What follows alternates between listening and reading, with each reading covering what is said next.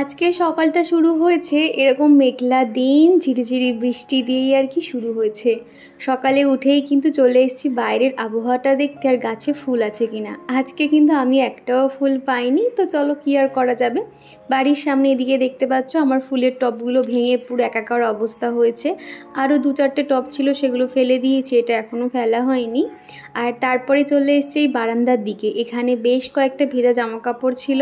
মোটামুটি জামাকাপড় কিন্তু এখন তো মানে রোদে শুকানোই যাচ্ছে না, যা শুকানো হচ্ছে ওই ঘরে পাখা চালিয়ে কিংবা ওই বাইরে একটু হাওয়া বাতাস পেয়ে ওইভাবেই শুকানো হচ্ছে। এখানে চিকুর পাপার কয়েকটা ওই মোটা প্যান্ট আছে, জিন্সের প্যান্ট, হাফ প্যান্টগুলো এখানেই দিয়েছি, কেননা এখানেই আর কি থেকে থেকে হয়তো শোকাচ্ছে। তা না হলে কখন কোন জামাটা শোকাবে না তার কোনো ঠিক ঠিকানা নেই। যতক্ষণ পারছি উল্টে পাল্টে কিংবা পাখার নিচে দিচ্ছি, ততক্ষণই যা শোকাচ্ছে।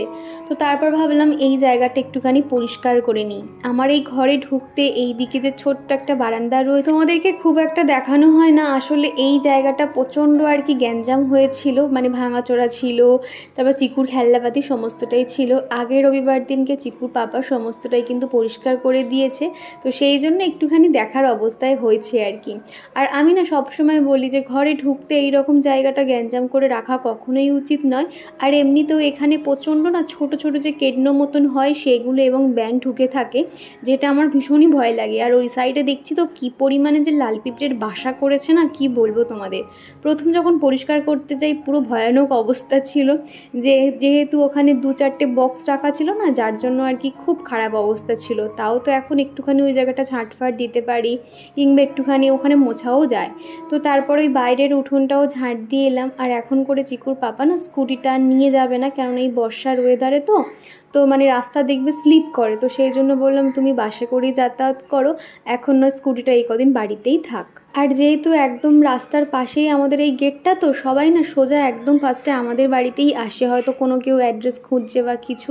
তো সেই জন্য সবসময় চেষ্টা করি মেন গেটটা একদম লক করে রাখার। জানি একটু পরে চিকুর পাপা বার হবে, তাও ভাবলাম যে না, যখন প্রয়োজন হবে তখন না মেন গেট খুলে দেবো এখন আমি। সেই জন্য আর কি মেন গেটটাও লক করে দিয়ে এলাম আর দরজাটাও বন্ধ করে দিয়েছি। তা না হলে না দরজার ফাঁকে থেকে দেখছি কোথা দিয়ে ছোট বড় সব ব্যাঙ ঢুকে আসছে। আর ঢুকে ওই ঠাকুরের সিংহাসনটা যেহেতু পাশেই আছে, ওর নিচে ঢুকে থাকে। আর সন্ধেবেলা না হঠাৎ করে এমন লাফ মেরে ওঠে না, আমি পুরো ভয় পেয়ে যাই। এই রকম একটা অবস্থা হয়ে দাঁড়িয়েছে। তো যাই হোক, এদিকে দরজা জানালাগুলো খুলে দিয়েছি। আর আজকে সকাল থেকে এমনি ঝিরিঝিরি বৃষ্টি হয়েছে, তবে খুব একটা কিন্তু বেশি বৃষ্টিটা আর হয়। আর আজকে সকাল হতেই কিন্তু চিকু আমাদের সঙ্গে ঘুম থেকে উঠে পড়েছে, তো সেই জন্য ভাবলাম বিছানাটাও পরিষ্কার করে নিই। চিকু কিন্তু ঘুম থেকে ওঠে প্রায় 9:30-10টা বেজে যায়, তবে আগের দিনকে যেহেতু চিকু 11টা বাজতেই ঘুমিয়ে পড়েছিল, সেই জন্য আজকে সকাল 7টার আগেই উঠে পড়েছে। তো যাই হোক, এই দিকে জানালাগুলো আর একদমই খুলবো না, জানো তো সারাক্ষণ বৃষ্টি হচ্ছে। আর ওখানে যেহেতু গাছ আছে না, আর ওই গাছের ওখান থেকে সমস্ত পিঁপড়ে না এই জানালার বেয়ে বেয়ে আসে। আর তোমরা তো দেখোই চিকু কিন্তু বিছানাতেই খেলা করে, তো সেই জন্য এই দিকে জানালা আজকে আর কিচ্ছু খুলবো না, শুধু সামনের দিকটা খুলেছি। এই সাইডে হচ্ছে কি ওই বাড়িতে যে জেঠিমা থাকে চিকুর সঙ্গে গল্প করে, সেই জন্য ওই পাটটা খুলে রেখেছি। আর এদিকে দেখো বিছানাটা টান টান করে পরিষ্কার করে নিয়েছি। আজকে ভাবলাম যে বেডশিটটা চেঞ্জ করবো, কিন্তু ওই যে হাতে অত সময় নেই, রান্নাবান্নার একটা ঝক্কি রয়েছে, তো সেই জন্য ভাবলাম যে চলো এখনও থাক, 2-1টা দিন বাদে আর কি বেডশিটটা চেঞ্জ করব। আর এদিকে না বালিশগুলোর যেহেতু আমি সবসময় জানলাতে দিয়ে রোদ খাওয়াই, আর বালিশ দেখবে রোদে না দিলে না কেমন একটা নেতিয়ে থাকে যেন, আর কেমন চিটে লাগে। তো সেই জন্য হাত দিয়ে একটু মেরে মেরে আর কি উঁচু করে নিচ্ছিলাম। তো বালিশগুলো এইভাবেই রাখছি। সব সময় দেখবে একই রকমভাবে বালিশ রাখতে ভালো লাগে না, তাহলে তুমি সে যতই সুন্দর করে রাখো না কেন, সেই সুন্দরটা কিন্তু তখন আর চোখে পড়ে না। তো সেই জন্য আজকে নর্মালভাবেই উপরে উপরে করে 3টে বালিশ রেখে দিয়েছি, আর পাশ বালিশগুলো ওই সাইডে দিয়ে দিয়েছি। আর বিছানার মধ্যে দেখবে খুব বেশি বালিশ কাঁথা থাকলে কিন্তু দেখতে খুবই খারাপ লাগে, তো সেই জন্য বেডশিট এবং মশারিটা পাশের রুমের যে একটা ছোটো মতো টুল মানে আছে ওই উপরেই আর কি গুছিয়ে রাখি। আর মোটামুটি বিছানাটা এইভাবে সিম্পলভাবেই গুছিয়ে রাখি, সেটা যেন দেখতে বেশি ভালো লাগে। তো এই সাইডে ফাঁকা ফাঁকা লাগছে, তো ভাবলাম টেডি বিয়ারটা ওই পারে দিয়ে আসবো। আর এই যে ছোটো পাখাটা দেখতে পাচ্ছ, মানে এখন যতই বৃষ্টি হোক না কেন আমার ঘরে কিন্তু 2খানা করে পাখা চলে। আর চিকু যেহেতু ঘেমে যায়, সেই জন্য মাথার কাছে ওই ছোটো পাখাটা কিংবা বড় যে টেবিল ফ্যান মানে মাঝে মধ্যে অল্টারনেট করে নেওয়া হয়। তো সেটা এখন আমি চার্জে দিয়ে দিচ্ছি। সকাল হতেই প্রত্যেকটা ফোন চার্জে দিয়ে দিই, কারণ রাতে তো আর চার্জ দেওয়া হয় না। পাখাটাও চার্জে দিয়ে দিয়েছি। আর এটা যেহেতু চার্জেবল পাখা, খুব সুবিধা হয় জানো তো, বাড়িতে বাচ্চা থাকুক কিংবা না থাকুক, হয়তো লোডশেডিং হলো তখন কিন্তু খুব হেল্প হয়। তো যাই হোক, এদিকে কিন্তু আমি ওই টেবিলটাও পরিষ্কার করে নিয়েছি। আর জাসমিন সুলতানা বলেছো, দিদি তুমি কি রূপকথা দিদির সাথে কথা বলো, আর তোমার ভিডিওটা খুব ভালো হয়েছে, চিকুর নামটা কি বলবে? প্রথমেই বলি, হ্যাঁ, রূপকথার সঙ্গে আমার একটা ভালো বন্ডিং আছে। ওর সঙ্গে আমার প্রায় সময় কথা হয় ফোনে, আর মেসেজেও কথা হয়।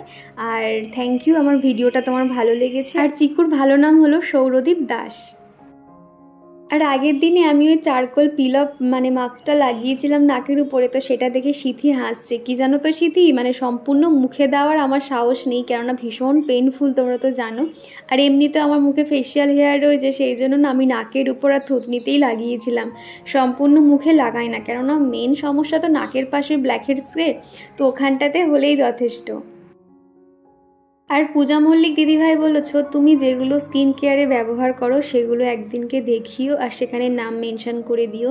কি জানো তো দিদিভাই, আমি একই জিনিসই ব্যবহার করি, অনেকবার ভিডিওতে দেখিয়েছি। তুমি প্লিজ একটু আগের ভিডিওগুলো দেখে নাও। আর আমি যদি নেক্সট সপ্তাহে আমি কোনো স্কিন কেয়ার দেখাই, আমি অবশ্যই সেখানে নামগুলো মেনশন করে দেবো। আর এই বেসিনের কাছে জিনিসপত্র, ওয়াইপার, তারপর সেই অনেকগুলো গামলি ভরেছিল আর কি, আমি সেগুলো একটু ঠিক করে নিলাম। আর এদিকে এই যে বড় গামলিটা দেখতে পাচ্ছ, এখানে যে জামা কাপড় প্রতিদিন কাচতে হয়, যেগুলো মনে হয় কাচার প্রয়োজন আছে, সেগুলো রেখে দিই ওখানটাতে, আর একটু একটু করে সেখান থেকে নিয়ে জামা কাপড় ভিজিয়ে দিই। আর এই সাইডে দেখো আমি মুখটাও ধুয়ে নিয়েছি, ফেস ওয়াশও দিয়ে নিয়েছি। আর তারপরেই ফ্রেশ হয়ে নিয়েছি, আর এখন এই যে একটু অ্যালোভেরা জেলটা অ্যাপ্লাই করে নিচ্ছি। আমি তো সবসময় না অ্যালোভেরা জেলটা ফ্রিজে রাখি, তবেই ঠান্ডা ওয়েদার বলে এখন আর ফ্রিজে রাখছি না, ফ্রিজ থেকে বার করে নিয়েছি। নর্মালি আর কি মুখে ভালো করে মাসাজ করে নিয়েছি। আর স্কিনটা কিন্তু খুব গ্লো করে জানো তো অ্যালোভেরা জেলটা দেওয়ার পরে। তো যাই হোক, এরপরে ঠোঁটে একটু লিপ বাম দিয়ে নেব আর টিপটা পরে নেব আর কি। সকালে মোটামুটি এই যে আয়নার সামনে এলাম, তারপরে তো আর সময় পাই না যে একটুখানি নিজের যত্ন নেব বা কিছু, একটা একটা করে কাজ চলতেই থাকে। তবে এইটার পর থেকে কিন্তু আমি দুপুরে রান্নাবান্না করেছি, ঠাকুরের স্নান, খাওয়া দাওয়া সম্পূর্ণ করেছি। তবে সেরকম আর না ভিডিও কিছু শেয়ার করতে পারিনি। আসলে তোমরা তো দেখেছোই আগের দিনের ভিডিওটা আমার দিতে অনেকটাই দেরি হয়ে গেছিলো। ভিডিওটা মানে ওই টাইমে এডিট করেছি, ভয়েস ওভার করেছি, সব মিলিয়ে আমি বেলার দিকে আর কোনো রকম কাজ শেয়ার করতে পারিনি। আর এদিকে এই যে খেজুরের ডিব্বাটা দেখতে পাচ্ছ, এটা এত সুন্দর খেতে খেজুরটা। মোটামুটি রাত্রিবেলা আমি জলে ভিজিয়ে রাখি, আর সকালবেলা একটু মিল্কশেক মতন বানিয়ে নিই, তার সঙ্গে দিয়ে দিই, খেতে বেশ ভালো লাগে। এই যে কন্টেনারটা দেখতে পাচ্ছ একদম ভর্তি ছিল, 5-6 দিন হলো আনা হয়েছে, তবে তোমাদেরকে যে শেয়ার করব আর মনেই থাকতো না। তো এই খেজুরটা মোটামুটি ওই 150 টাকা মতো দাম নিয়েছিল, ভীষণ ভালো জানো তো। তো সেটাই এখন চিকুর বায়না যে ও এখন খাবে। তো সকালে উঠেই কিন্তু ওকে একটা খেজুর দিয়েছি, আর আমি 2টো খেয়েছি। এরপরে ওকে একটু জল বিস্কুটটা দিয়ে দেবো। আর সুপ্রিয়া বলেছো, দিদিভাই আমার চোখের নিচে ডার্ক সার্কেল পড়ে যাচ্ছে, কিভাবে রিমুভ করব, কিছু টিপস দাও। প্রথমেই বলি, তোমাকে পর্যাপ্ত পরিমাণে ঘুমোতে হবে, আর কোনো রকম টেনশন কিন্তু করলে হবে না, তাহলে তোমার ডার্ক সার্কেলটা কিন্তু আসছে এই জন্যই। আর এছাড়া তুমি কসমেটিক্স দোকানে গিয়ে কিন্তু ডার্ক সার্কেলের জন্য 1000 একটা তুমি ক্রিম পেয়ে যাবে। আর বাড়িতে তো তুমি যদি কোনো রকম ট্রিটমেন্ট করতে চাও, তুমি সেখানে ইউটিউবে সার্চ করো। আর সবথেকে ভালো আমার যেটা মনে হয়, শসা বা একটু রোজ ওয়াটার, এগুলোও কিন্তু চোখের মধ্যে দিয়ে রাখতে পারো, এগুলোও খুব ভালো কাজ করে। এত ছোট বয়স থেকে চিকুকে কিভাবে আমি বাড়ি থেকেই একদম শুরু থেকে লেখানো শেখাচ্ছি, কালকের ভিডিওতে জানিয়েছিলাম। তো সেই ভিডিওটা পায়েল আমাকে বলেছে, বাহ থ্যাংক ইউ গো, এত সুন্দর করে বোঝানোর জন্য, খুব ভালো লাগলো, আমিও এইভাবে শুরু করব। হ্যাঁ, তুমি ওইভাবে শেখাতে পারো, ওদের হ্যান্ডরাইটিং তো খুব ভালোও হবে। আর এই সমস্ত অকার আকার ক খ এবিসিডি লিখতে কিন্তু ওদের আর টাফ বলে মনেও হবে না। তারপরে সন্ধে টন্ধে দিয়ে এখন আমি আর চিকু বসেছি একটু মুড়ি চানাচুর, ঝুড়ি ভাজা সমস্তটাই সর্ষের তেল দিয়ে মেখে নিয়েছি, সাথে একটা কাঁচা লঙ্কা নিয়েছি। আমার আবার লঙ্কা ছাড়া যেন কিছু একটা যেন বাদ মনে হয়। তো যাই হোক, তারপর কিন্তু এই যে বসেছি একটু নেল পলিশ পরে নিতে। নেল পলিশ না আমার এত পরতে ভালো লাগে, তবে না একটা সময় ওই উঠে গেলে ওই জিনিসটা দেখতে খুবই খারাপ লাগে। আর আমার মনে হয় সবার আগে নিজেকে সব থেকে ভালোবাসা দরকার, তাহলে তুমি অন্যকেও ভালোবাসতে পারবে। কিন্তু মাঝে মধ্যে দেখবে আমরা সংসারের চাপে নিজেকেই যেন কোথায় হারিয়ে ফেলি। তো সেই জন্য দেখবে আমি সবসময় চেষ্টা করি সারাদিনে কাজের শেষে রাতের দিকে একটু স্কিন কেয়ার করার, একটু নিজেকে সময় দেওয়া, দেওয়া, নিজেকে ভালোবাসা, যেটা আমি আগে একদমই করতাম না, এখন খুব এইগুলো আমি মেনে চলি। খানিকটা দুধ ছিল, সেটা আমি এখন এই যে রাতে শুতে যাওয়ার আগে ফুটিয়ে রাখলাম, তা না হলে দেখো সকালের সবজি আমি পুরো ধুয়ে কেটে রেখে দিলাম। গাটি কচু, আলু, আদা, পেঁয়াজ, আর এদিকে রয়েছে তোমার উচ্ছে আলু ভাজা করব, তো সেগুলো কেটে রেখে দিয়েছি, চাপা দিয়ে দিলাম। এদিকে আমার গ্যাসের কাজও হয়ে গেছে। এটা এখনও না গরম আছে, আমি সেই জন্য ভাবছি এটা বন্ধ করতে যাব না, রাত্রিবেলা তো খুব ভয় লাগে আর কি। আর এই জায়গাটা তো দেখেছো, এইগুলো আমি কন্টেনার এইভাবে ঢেকে রেখে দিই।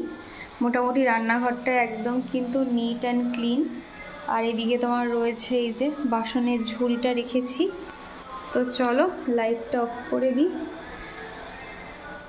তারপরে আজকে মনে করে ড্রাই ফ্রুটগুলো ভিজিয়ে দিচ্ছি। তোমরা তো দেখেছো এটা প্রায় অনেক দিন হলো এনে দিয়েছে, তবে আমি খেয়ে আর এখনও শেষ করতে পারছি না। প্রায় সময় তো দেখো খেতে ভুলে যাই, খাই না বললেই চলে। তো ভাবলাম যে না চলো এগুলো খেতেই হবে, এত দাম দিয়ে আনে, স্বাভাবিক গায়ে লাগে আর কি। তো সেই জন্য দেখো আমি কয়েকটা ড্রাই ফ্রুট এখন ভিজিয়ে দিচ্ছি। এখানে বিভিন্ন আর কি ড্রাই ফ্রুট আছে, আমি অতটা নাম জানি না, যেমন ধরো চিয়া সিড রয়েছে, আলমন্ড, বাদাম, তারপর কালো আঙুর, এই সমস্ত ফল আর কি। আমি এগুলো সব রকম দেখে দেখে ভিজিয়ে রাখছি, কালকে সকালে তাহলে একটু মিল্কশেক বানিয়ে নিতে পারবো। আর আগের দিনে মৌটুসি দিদিভাই আমাকে কমেন্ট করেছে, দীপা তুমি যখন ননস্টিক কড়াইতে কিছু রান্না করবে তুমি সেখানে উডেন স্প্যাচুলা ব্যবহার করবে, তা না হলে ননস্টিক নষ্ট হয়ে যাবে। হ্যাঁ দিদিভাই তুমি একদমই ঠিক বলেছো, তবে না তাড়াহুড়োর সময় অতটাও খেয়াল ছিল না, তুমি যখন বললে তখনই খেয়াল পড়লো। তা না হলে না আমার একটা কাঠের হচ্ছে গিয়ে ওই খন্তি আছে, সেটাই কিন্তু ব্যবহার করতাম। তো যাই হোক, তুমি যে কথাটা বললে আমার মাথায় থাকবে। তো এদিকে ড্রাই ফ্রুটগুলো এখন ভিজিয়ে রাখছি, উপর থেকে একটা ঢাকা দিয়ে দেবো, কালকে সকালে মিল্কশেক বানিয়ে নেব। তবে কোনো রকম ফলটা ঘরে নেই, ফল দিয়ে করলে আরও বেশি ভালো লাগে খেতে, যেমন ধরো আম, কলা। তো এই যে বন্ধুরা, তো ঘড়িতে এখন বেজে গেছে 11:15। আজকে একটু তাড়াতাড়ি কাজকর্মগুলো হয়ে গেছে। আর তোমাদেরকে আমি একটা জিনিস দেখাই, আমার মানে একটু ভয়ও লাগছে। দেখো রাত্রিবেলা আমি ওদিকে জানালাটা খুলে রেখেছি তোমাদেরকে একটা আওয়াজ শোনানোর জন্য। দেখো মানে এখানে যে কি হচ্ছে না, মনে হয় ব্যাঙেদের মেলা বসছে, এত আওয়াজ হচ্ছে রান্নাঘরে আর এই রুমটাতে, সমস্ত জায়গা। তুমি যদি বাইরে না 2 মিনিট কান পাততে পারবে না, তোমার মানে কান মাথা পুরো ঝালাপালা হয়ে যাবে। শুধু দেখো কি হচ্ছে একবার।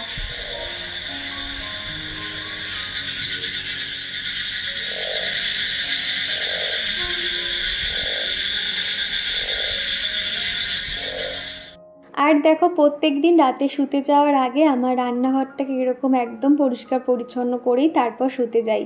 আর এখন যেহেতু আমার কন্টেনারগুলো এরকম ঢেকে রাখি, তো তখন থেকে দেখছি যে রান্নাঘরে কিন্তু কন্টেনারগুলো অতটাও নোংরা হয় না। এমনিতে ঢেকে রাখলেও ভালো, রাত্রিবেলা এর মধ্যে মানে এর উপর থেকে কোথায় কি বেয়ে যাচ্ছে না যাচ্ছে আমরা তো আর দেখতে পাই না।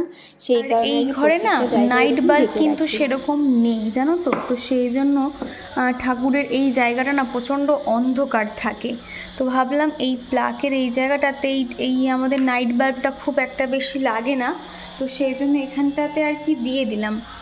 একদম অন্ধকার থাকার থেকে এই রকম একটু থাকলে তাও ঠাকুর ঘরে একটুখানি ভালো আলো আসে, সেই জন্য আর কি। তো দেখো লাইটটা খুব সুন্দর জানো তো, এটা কিন্তু অনেক রকম কালার হয়, তোমরা দেখলে বুঝতে পারবে।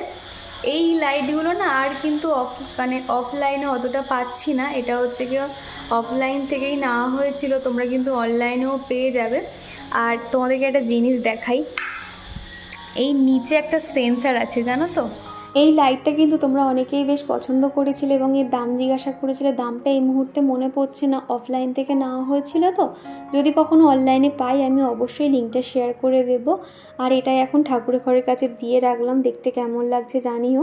তো চলো বন্ধুরা, আজকের ভিডিওটা এই পর্যন্ত, আবারও দেখা হচ্ছে নেক্সট ভিডিওতে। সবাই ভালো থেকো, সুস্থ থেকো।